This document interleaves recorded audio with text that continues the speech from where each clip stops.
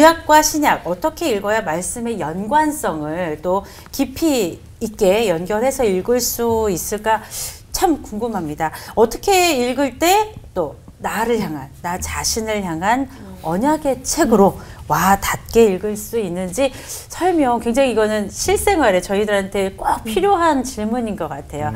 잘 부탁드리겠습니다. 설명. 네. 복음서에서 등장하는 예수 그리스도는 일성이 회개하라, 하나님의 나라가 왔다 이렇게 말하거든요. 하나님의 나라가 왔다. 그러니까 예수 그리스도가 선포하신 이 하나님의 나라가 왔다라고 하는 걸 알려면 구약을 이해해야 되는데, 저는 구약을 읽는 방법을 이렇게 설명하고 싶어요.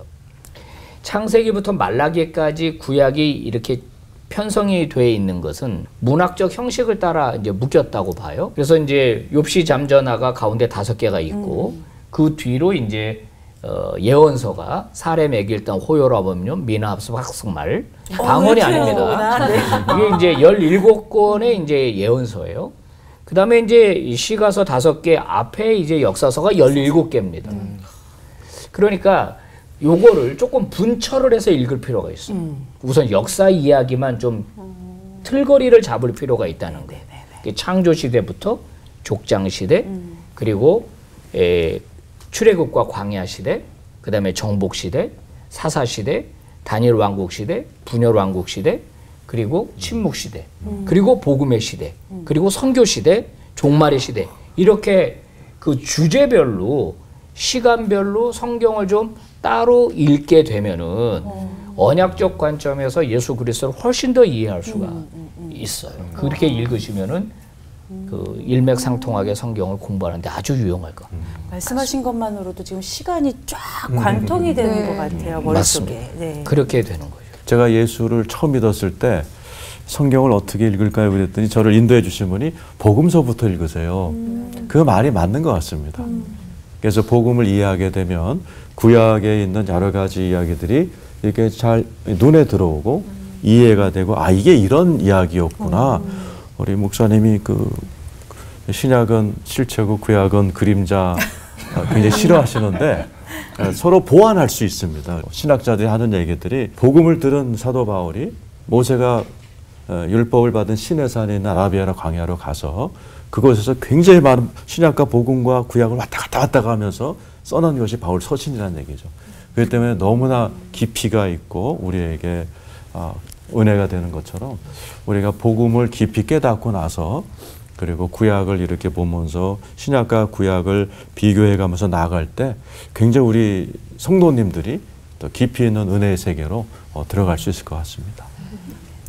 우리 기독교인들이 구약을 읽을 때 신약도 마찬가지고 좀 주의할 게 있어요. 성경 구약을 읽을 때 기독론 쪽으로 읽어야 된다라고 말하는 분들도 있고, 근데 저는 기독교적으로 읽어야 된다, 그렇게 얘기하는 학자예요. 이건 논쟁이 되기 때문에 그런 거예요. 구약은 유대교의 경전이기도 해요. 그쵸. 그래서 구약은 유대적 읽기가 첫 번째예요.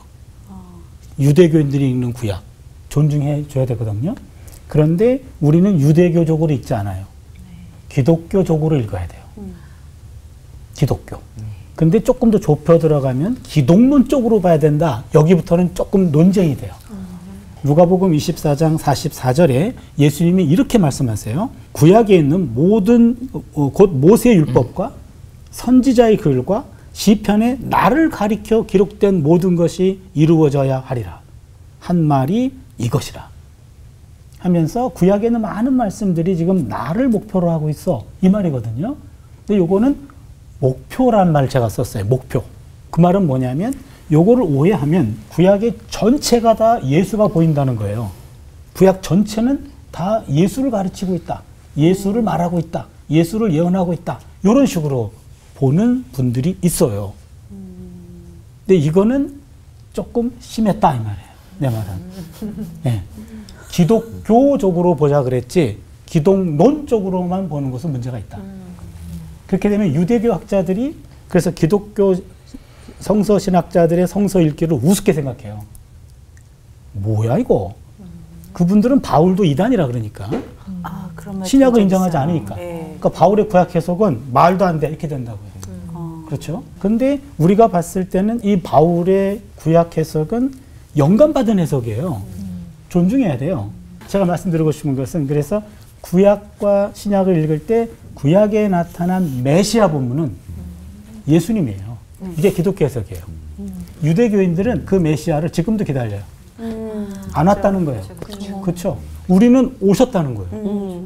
그래서 마틴 부버라고 하는 유대교 신학자가 있는데 우리가 그분의 글을 보고 많이 배워요. 그다음에 유대교인이에요. 그분이 개신교 목회자들한테 와가지고 세미나를 하는데 그들이 질문했어요. 당신들은 예수를 메시아로 인정하지 않는다. 우리는 메시아로 인정한다. 어떻게 생각하느냐. 그런 거예요. 당신들하고 우리는 메시아에 대한 믿음을 갖고 있는 건 똑같다. 근데 우리는 아직 안 왔다고 그러고 당신들은 왔다가 다시 오신다 그런다. 공통점은 다시 오시는 거다. 언젠간 오신다. 나중에 메시아가 오시면 물어보자. 그때 오셨던 분 맞으신가요? 물어보자. 그래서 물어보는데 한 번 왔다 가셨습니까? 아니면 이번이 처음입니까? 라고 물어보자. 근데 예수님이 말하기 전에 내가 빨리 다가가서 귀에다 대고 답변하지 마세요. 이렇게 말하고 싶다. 그게 마틴 부버가 남긴 아주 유머 있는 하나의 멘트였어요. 유대교와 기독교의 완전한 차이점이죠. 구약에 있는 메시아 논문은 우리는 예수라고 믿어요. 그게 기독교 해석이에요. 그러나 구약에 있는 많은 모든 본문들이 다 예수를 가리킨다? 그건 아니다 이 말이죠. 제 말씀이 좀 이해가 됐는지 모르겠어요. 네. 그래서 구약과 신약을 읽을 때 아까 복음서부터 읽자 맞는 것 같아요. 복음서로 예수님 메시아라는 것을 확인하고 그 눈으로 구약을 봐야 된다. 그렇지 않으면 유대교 읽기가 저는 이제 창세기부터 읽어야 된다고 주장하는 사람이에요. 둘 다 맞아요. 그만큼 창세기가 인간의 탄생과 천지창조에 대한 분명한 메시지를 주고 있기 때문에 그게 하나님의 천지를 창조하셨다라는 믿음이 돼야 신앙이 생기기 시작하니까.